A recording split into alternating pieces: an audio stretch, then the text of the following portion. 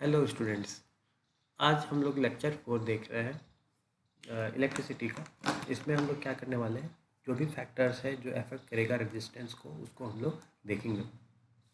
ठीक है, तो पहले जानिए कि मान लीजिए, समझ लीजिए आपका ये घर है और आपको यहाँ पे कोचिंग में आना है ग्रोटरी में। ठीक है, कोचिंग में आप आते हैं तो आप क्या करते हैं, पहले उतरते हैं, घर से बाहर निकलते हैं और ये आपकी रोड है समझ लीजिए। ठीक है, आप अपने आप को एक इलेक्ट्रॉन मान के पूरा समझिए। ठीक है, जैसे आप आगे जाते हैं, ठीक है, तो जितना देखिए हर एक प्रकार का आपको हिंड्रेंस मिलेगा या रेजिस्टेंस मिलेगा, रुकावटें मिलेंगी। ठीक है, तो आप आगे आए, हिंड्रेंस मिला। ठीक है, तो जितना लंबा रास्ता होगा आपका उतना ज़्यादा आपको हिंड्रेंस मिलेगा डिफरेंट टाइप के। जैसे सिर्फ रोड पे आप नहीं चल रहे हैं, यहाँ पे एक कार भी चल रही है। ठीक है, ये साइकिल वाला चल रहा है, ये बाइक वाला चल रहा है, आपको ये ट्रक है यहाँ पे, आपको सबको पार करके आना है। ठीक है, आप समझ रहे होंगे, यहाँ पे एक ट्रक है, यहाँ पे ट्रक है, आपको सबको पार करके आना है यहाँ पे अपने कोचिंग में। ठीक है, तो समझ लीजिए आपकी कोचिंग यहाँ पे होती तो आपको मुश्किल से 4 ट्रक का सामना करना पड़ता, 2 कार का, 2 इसका सामना करना पड़ता और आप यहाँ पे पहुँच जाते हैं, कोचिंग में आप पहुँच जाते हैं। ठीक, आपकी कोचिंग यहाँ पे है तो आपको बहुत सारे ट्रक का सामना करना पड़ रहा है, तब जा करके आप यहाँ पे कोचिंग में पहुँच रहे हैं। ठीक है, तो एग्जैक्टली वही मैं कह रहा हूँ कि आप घर से निकलते हैं, कोचिंग में पहुँचते हैं, तो जितना छोटा रास्ता होगा उतना कम हिंड्रेंस होगा, जितना बड़ा रास्ता होगा उतना ही बहुत ज़्यादा हिंड्रेंस प्रोड्यूस होगा। तो यानी कि तो रेजिस्टेंस जो है वो किस पे डिपेंड करता है, लेंथ पे डिपेंड करता है। ओके, तो हम लोग ये जान गए कि जो रेजिस्टेंस है that is directly proportional to length. जितना बड़ा लेंथ होगा उतना ज़्यादा क्या होंगे, रुकावटें होंगी। जितना बड़ा लेंथ होगा उतना ज़्यादा रुकावटें होंगी। तो समझ लीजिए इलेक्ट्रॉन्स है तो ये डिफरेंट टाइप की रुकावटें, जितना बड़ा लेंथ होगा उतनी ज़्यादा रुकावटें होंगी। ठीक है, ये देखिए रुकावटें ज़्यादा हैं। अब सेम इलेक्ट्रॉन समझ लीजिए इतने पाथ को कवर कर रहा है तो इसके लिए रुकावटें कम है।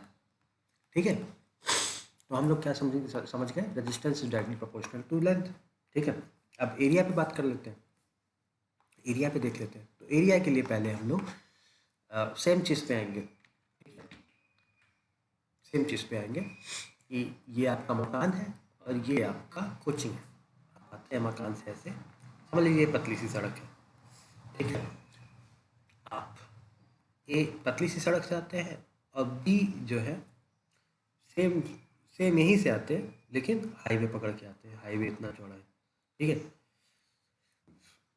और समझ लीजिए ये जो मैंने कर्व बना दिया वो कर्व नहीं है, मतलब इक्वल डिस्टेंस का है।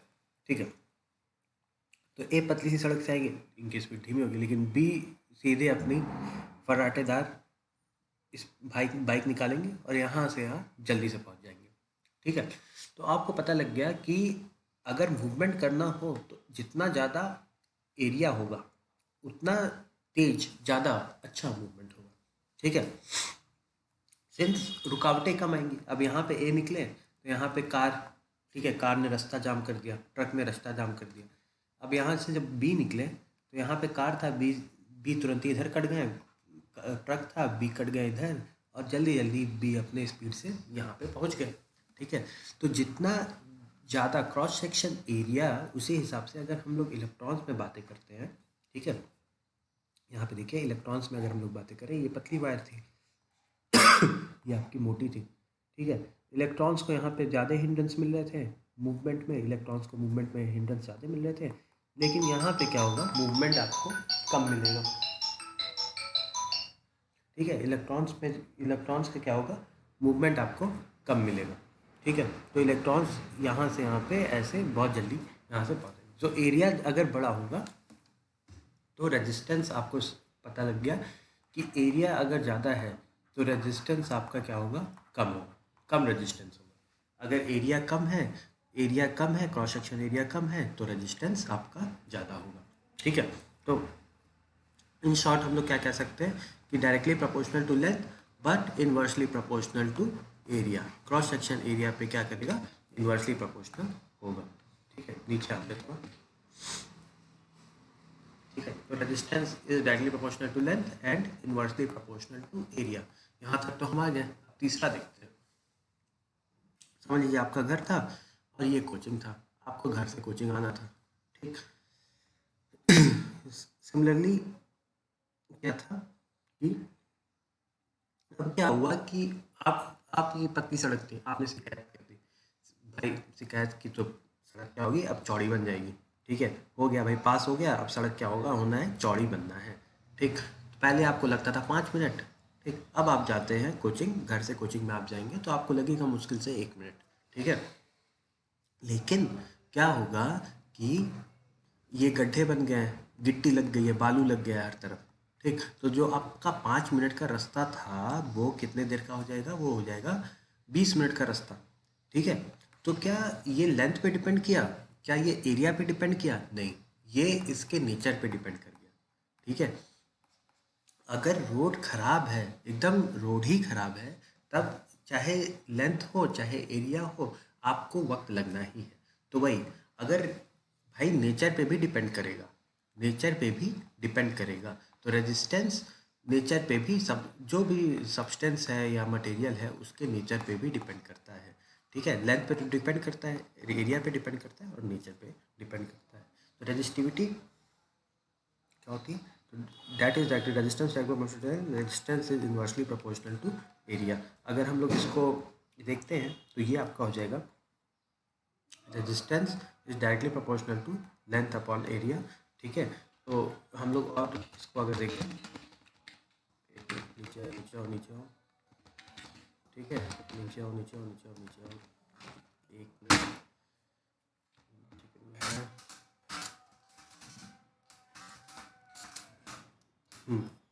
Resistance is directly proportional to, resistance is equal to rho L by A, ठीक है। डायरेक्टली प्रोपोर्शनल का कॉन्स्ट साइन हटेगा तो एक कांस्टेंट का साइन आएगा, that is rho L by A. इस रो को हम लोग क्या बोलते हैं, इसको हम लोग रेजिस्टिविटी बोलते हैं, रेजिस्टिविटी, ठीक है। ये आपका रेजिस्टेंस है, रेजिस्टेंस, ये आपका लेंथ हो जाएगा, ये आपका एरिया हो जाएगा, ये एरिया है, ये आपका हो जाएगा रेजिस्टिविटी, ठीक है। आओ अब थोड़ा सा देखते हैं कि ये याद कर लो तुम लोग, resistance is equal to rho L by A. क्या हो रहा है, नीचे आते हैं, हाँ एक मिनट, हाँ यहाँ पे resistor R is equal to rho L by A, ठीक। अब इसका यूनिट ऑफ रेजिस्टिविटी, रो या रेजिस्टिविटी की यूनिट क्या है उसको देखते हैं। रेजिस्टिविटी की यूनिट क्या है उसको देखेंगे, ठीक। देखो, R is equal to rho L by A, आपको पता है आर इज रेजिस्टेंस, रेजिस्टेंस की यूनिट क्या होगी, ओम, ठीक। रो की यूनिट हमें फाइंड आउट करनी है। अब लेंथ की यूनिट क्या होगी, मीटर, और एरिया की यूनिट होगी आपकी मीटर स्क्वायर, ठीक है। तो इधर इधर आ जाओ, वापस नीचे आओ, नीचे आओ। तो रो इज इक्वल टू, अरे ohm is equal to rho metre upon metre square. इसको जब सॉल्व करेंगे ये इससे कट जाएगा, नीचे आओ, नीचे आओ, नीचे आओ, क्या हो रहा है यार। तो यूनिट ऑफ रो आ जाएगी, ये ohm into metre, that is a unit of rho. ये rho unit of resistivity is ohm into metre,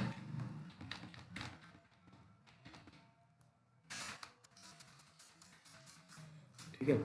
यहाँ पे करते हैं unit of resistivity ohm metre, ये आपका रेजिस्टिविटी की यूनिट आ जाएगी, ठीक है। अब इसको हम लोग थोड़ा सा अच्छे से समझते हैं, ठीक है। मान लेते हैं कि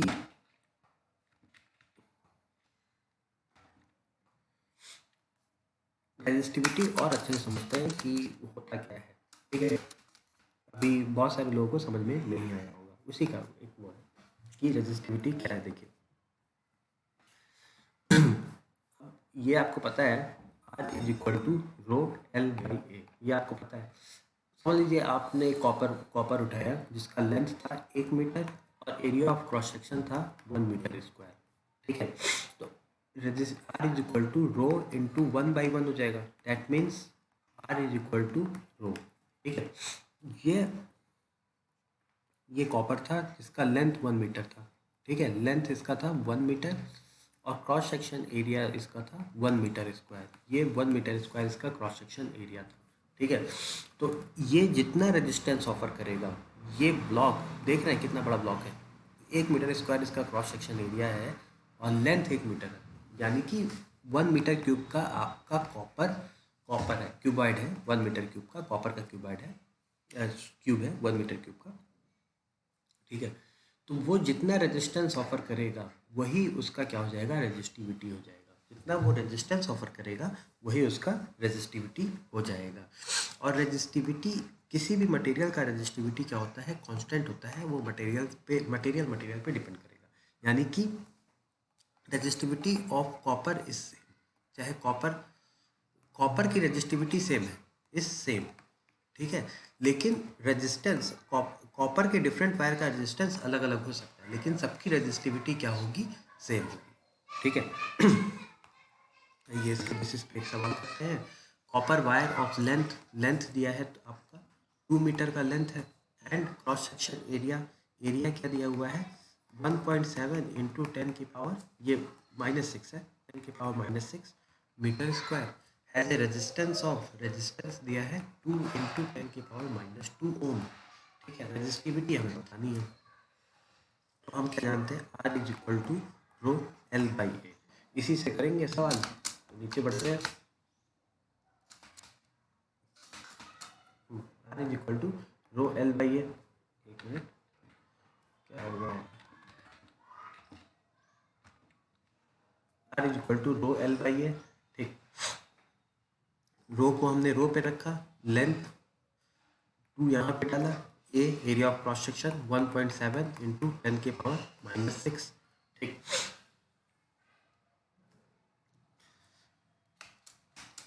अब यहाँ पे रेजिस्टेंस की जगह 2 into 10⁻⁻2 is equal to rho into 2 divided by 1.7 into 10⁻⁻6, ठीक है, नीचे जाएगा तो that will be equal to, इसका इसमें मल्टीप्लिकेशन होगा, एक मिनट,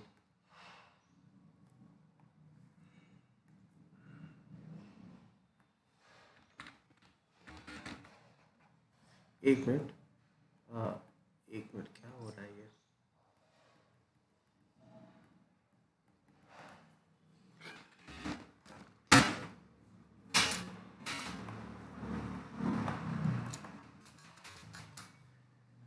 ठीक है। तो आप देखिए थोड़ा सा सिस्टम सही, हाँ, तो इसका इसमें मल्टीप्लाई होगा, ठीक है, ये क्या हो जाएगा, ठीक, 2 एंड 2 कैंसिल आउट यहाँ पे हो जाएंगे, ये 1.7 into 10⁻⁻2 into 10⁻⁻6 that will be rho, एक, तो that will be 1.7 into 10⁻⁻8 is rho means resistivity, ये इतना आपका आ जाएगा, दैट इसको आप ओम मीटर के साथ लीजिए, ओम मीटर आपकी ये resistivity of the copper wire आपकी बन जाएगी, ठीक है। ऐसे ही बहुत सारे डिफरेंट सवाल हो सकते हैं, एक और एक क्वेश्चन हम लोग खुद अपने उस पर देखते हैं कि क्या क्वेश्चन हो सकता है। क्वेश्चन क्या हो सकता है कि मान लीजिए कि कॉपर वायर है, ठीक है, कॉपर वायर C1 है और एक C2 है, यहाँ पे यहाँ पे लेंथ था समझ लीजिए 1 मीटर, लेंथ L था, इसका लेंथ 2L था, इसका एरिया A था और इसका एरिया 2A था। लेट अस से इस तरीके का कॉम्बिनेशन, या लेट अस से कि इसका एरिया A है, इसका भी एरिया A है, इसका L है, इसका 2L है, तो इनका रेजिस्टेंस में क्या रेशियो होगा, ratio of their resistance R1 upon R2 क्या होगा, हमसे ये पूछा है।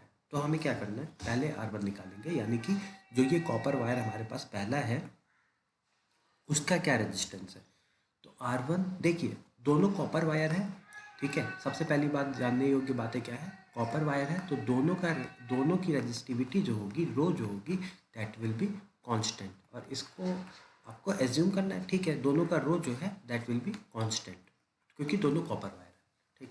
तो लेकिन दोनों का रेजिस्टेंस डिफरेंट करेगा, क्योंकि दोनों की जो ज्योमेट्री है, वायर की जो ज्योमेट्री है वो अलग अलग है।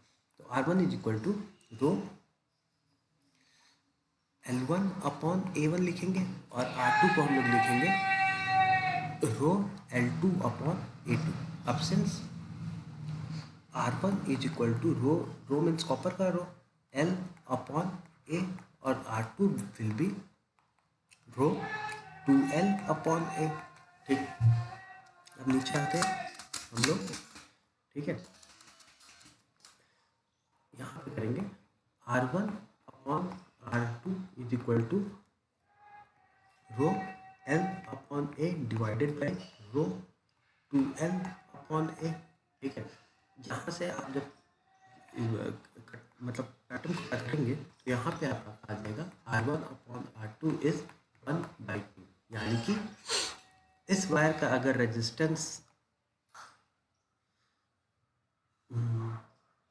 हाँ, R1 अपॉन R2 इज 0.5, यानी अगर इसका रेजिस्टेंस जो भी है, ठीक है, इसका अगर x है तो इसका आपका हो जाएगा 2x, यानी इसका रेजिस्टेंस अगर R है तो इसका रेजिस्टेंस आपका 2R होगा। यानी इसका लेंथ, सिंस इसका लेंथ डबल भी था, इसलिए उसका रेजिस्टेंस डबल भी होना लाजमी है, ठीक है। बाकी जो भी ये एक देखिए, ये एक बेसिक क्लासेस है, बाकी आपको जो भी कोचिंग में है वो इसको डिटेल में हम लोग और भी तरीके से पढ़ाते हैं, ठीक है। धन्यवाद। ठीक, कोचिंग में जो भी प्रॉब्लम हो उससे आप आइए कोचिंग में और अच्छे से समझिए। धन्यवाद। हम लोग लेक्चर 4 में अब मिलेंगे।